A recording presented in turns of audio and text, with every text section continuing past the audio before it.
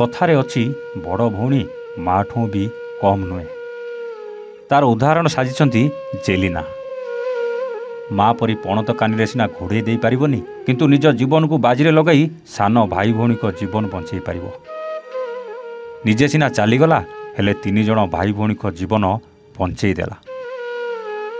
किछि बुझिलानी भाई भौणी को बचिया पाई सीधा मरण मुह को डेई फोड़ला जेलिना। एमिति भौणी समस्त को मिलू हेले सेपटे माँ कांदी कांदी कहूची मो झील को किए आनी दियो मु ता बिना केमिति बंचीबी।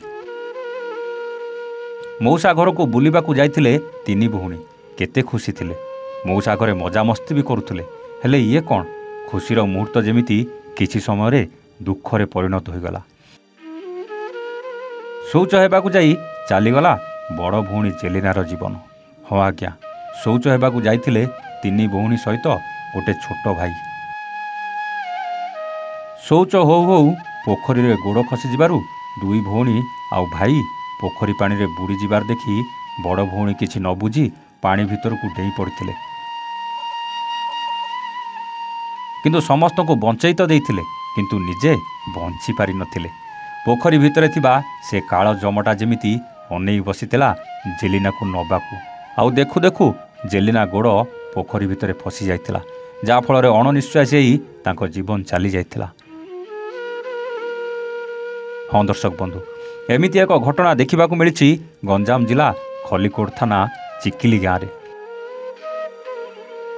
सूचना अनुसार ब्रह्मपुर रविराम प्रधान को 3 झील जेलिना सेलिना और एलिना तांको मौसा घर को बुलिबा को जाइथिले। तेबे शौच हेबाकू एई 3 भौणी सहित 2 वर्षर मौसा पुओ श्रीहरि मध्य जाइथिले किंतु पोखरी रे गोड़ खसी जिबारु एमिति अघटन घटिछि।